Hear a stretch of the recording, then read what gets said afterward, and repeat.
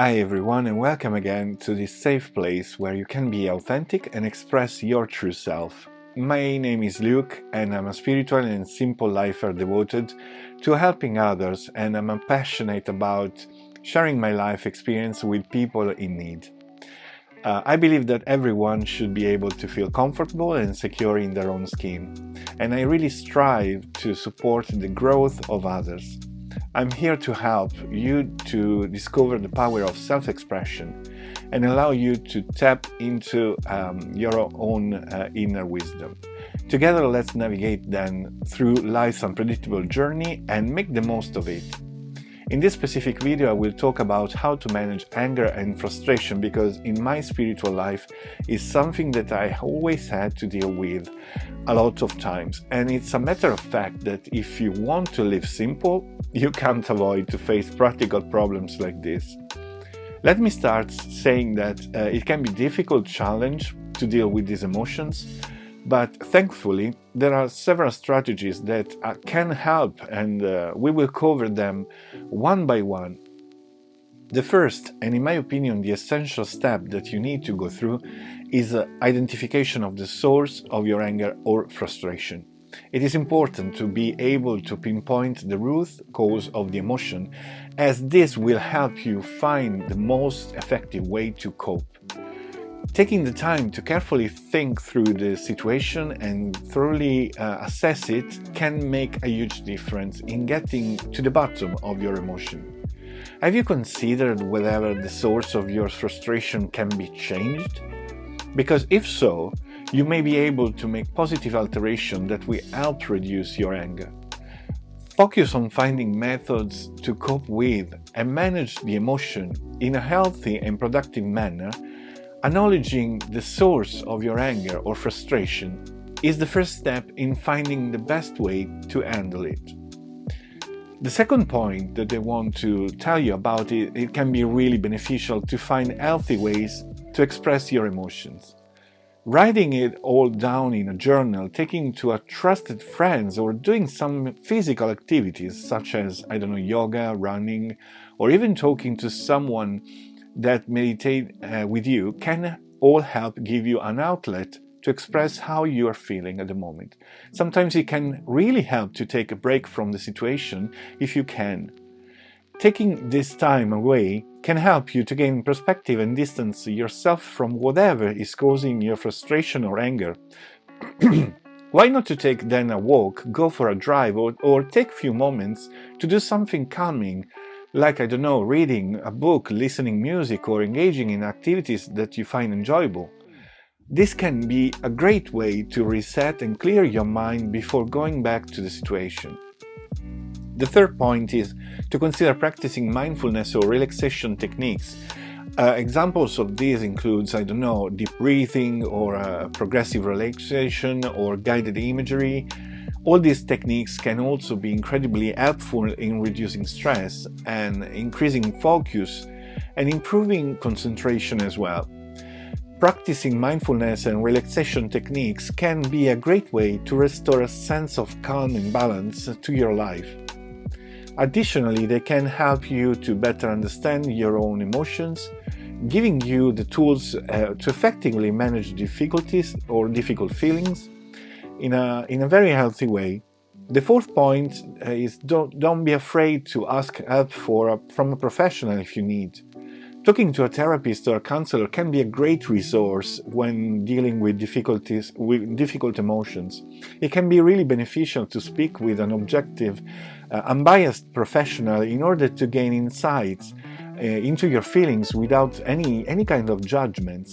They can provide tailored advice and support, while also helping to create strategies to cope with the underlying cause of your anger or frustration. And with their guidance, you can learn to identify and understand the sources of your emotional reactions and maybe develop effective ways of managing them. To help you address the source of your anger or frustration, it is really important to create a plan. Writing the steps of this plan down can be beneficial, as it will serve as a reminder and help you stay focused. When formulating your plan, although consider setting up boundaries, avoiding triggers, and finding ways to express your feeling in a healthy and productive way. Additionally, try to come up with a few ideas for calming activities that you can do when you feel like your anger or frustration is starting to get the best of you. This could be something like going, I don't know, for a walk, deep breathing, or just taking a few moments to pause and reflect between the activities, taking the time to create a plan to address the source of your anger and frustration can be a great first step in reducing your stress levels and working towards a better understanding of yourself, really. The 6th point is remember that it is always important to understand that you are in control of how you respond to difficult emotions. No matter how intense and overwhelming the feelings may be, it is still possible to choose to respond in a calm and composed manner. This can be difficult as it requires a great deal of self-control and emotional regulation. But believe me, it is possible to take a step back and view the situation from a different perspective. You just need practice, and this skill can be honed and perfected, allowing you to respond in a way that allows for a more constructive outcome. Developing this competency is not only beneficial in the moment, but can also be beneficial in the long term, as it allows for better problem solving and decision making skills.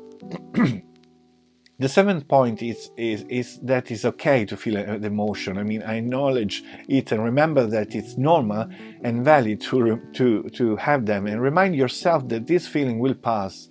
And processing your feeling is important rather than ignoring, suppressing, or dwelling on them. It's alright to take some time to reflect on the emotion and understand why you are feeling this way. The 8th point is choosing how to move forward in the situation, because it's really important too. This could mean making a change in your life, setting boundaries, or finding a way to let go of the emotion. Creating a plan for yourself is a great way to start, as we said, and it might be helpful to talk to someone about your feeling and come up with a plan together, like a friend. Consider the pros and cons of different options to take the time to think through them carefully and before you decide. And ultimately, you want to figure out what the best course of action is for you. The 9th point is taking care of yourself. Make sure to get plenty of rest, eat nutritious meals, and drink a lot of water. Why not find activities that make you feel happy, maybe, and relaxed? This could be anything from taking a few moments to read a book, going for a walk, as I already said, listening maybe your favorite music, or even doing, again, some yoga. This can provide much needed stress relief, help clear your head, and give you an outlet to express your emotion. And if you find yourself feeling overwhelmed or anxious, try taking a few minutes to practice something deep breathing or mindfulness technique, which can help to calm your mind. Taking care of your physical and mental well-being is essential in living your best life. Now, the 10th point is remember that it's totally okay to ask for help when you need it. It takes strength, not weakness, to reach out and get the support you need. Whether that's from friends or family or professional, connecting with others can provide a level of understanding and support that is truly invaluable. So don't be afraid to ask for help when the time is right. It takes a lot of courage and strength to do that. Now, I really hope that this strategy helps you to manage anger and frustration in a healthy and productive way.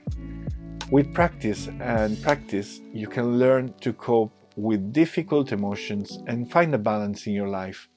So take the time to focus on the positive and remember that you're strong enough to get through that or through it. It can be hard, but with the right strategy and support, you can find ways to manage your emotions and take control finally of your life. Also, and this comes from a long experience, try to be consistent in following these 10 steps, because it will take time to master each one of these points. Don't be discouraged if you can't follow all of them. You will get to that point once and for all. Remember that you, me, and all the rest of the world are just humans, so we need to be consistent and trust the process. Now, I wish you all the best. I wish you to find your inner peace, and I remind you to like the video, subscribe, and click the bell to receive the notification if you like my video. Believe in yourself. You're not alone. Here, you will always find someone willing to help you. So, see you in the next video, and peace.